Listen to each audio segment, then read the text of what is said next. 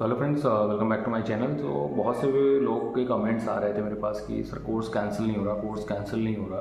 See the thing is that अगर मैं एक सेल्स पर्सन हूँ और मैंने वो कोई कोर्स सेल किया है, कोई प्रोडक्ट या सर्विस सेल करी है, तो मैं कभी भी ये नहीं चाहूँगा कि वो चीज़ कैंसिल हो। रीज़न बीइंग कि मैं एक एम्प्लॉई हूँ, मैं कहीं पे जॉब कर रहा हूँ, काम कर रहा हूँ, मुझे मंथली सैलरी मिल रही है। बट उस सैलरी के साथ जब आप सेल्स में होते हो तो आपको क्या मिलता है? इंसेंटिव मिलते हैं। इंसेंटिव आपके नेक्स्ट मंथ की सैलरी के साथ आते हैं, क्रेडिट होते हैं आपके बैंक अकाउंट में।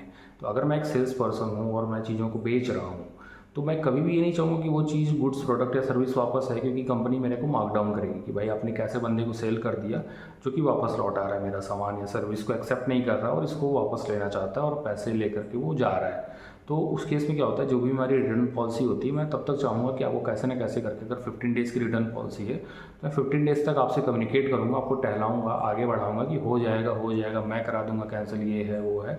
और जैसे ही एक बार टैट कंप्लीट हो जाता है 15 डेज़ का, तो मैं आपसे पल्ला झाड़ लूँगा, क्योंकि मेरा काम तो हो गया, मैंने आपको बेच दिया, 15 दिन रिटेन करा लिया और अगले महीने की सैलरी के साथ मेरा इंसेंटिव बन गया।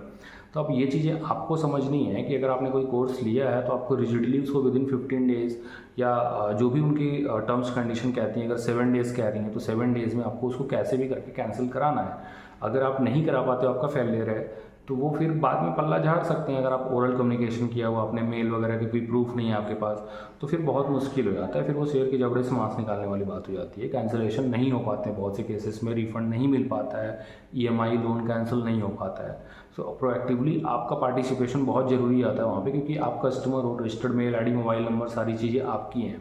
तो इफ़ इन केस अगर आपका एक्टिव पार्टिसिपेशन नहीं हुआ तो लोन, कोर्स कैंसिल कराना बहुत मुश्किल हो जाता है। तो आपको भी एक्टिवली पार्टिसिपेट करना बहुत ज़रूरी है।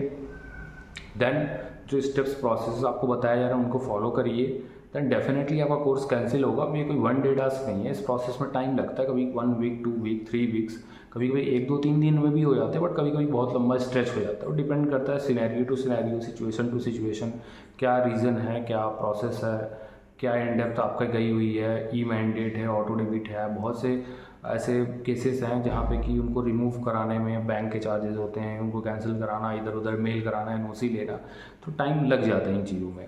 तो cancellation is a time consuming process. Course लेना, डाउन पेमेंट पे करना, ईएमआई कराना बहुत ईजी। आप एक आधार ओटीपी शेयर कर दो, अपनी बैंक अकाउंट डिटेल शेयर कर दो, आपका e mandate auto debit facility activate हो जाती है। बट उसको रिमूव कराना, ऑटो डेबिट को, ई मैंडेट कैंसिल करवाना, लोन की एनओसी लेना, कोर्स कैंसिल कराना, इन चीज़ों में टाइम लगता है। So you need to have patience for the same.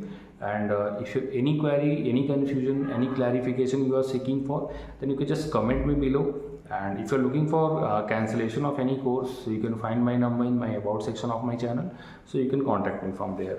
If you are looking for cancellation from any of the online degree courses or any online tuition program which you have opted in past, and looking for cancellation of EMI, e-mandate, auto debit facility removal or NOC, so you can just connect me in my WhatsApp. Thank you.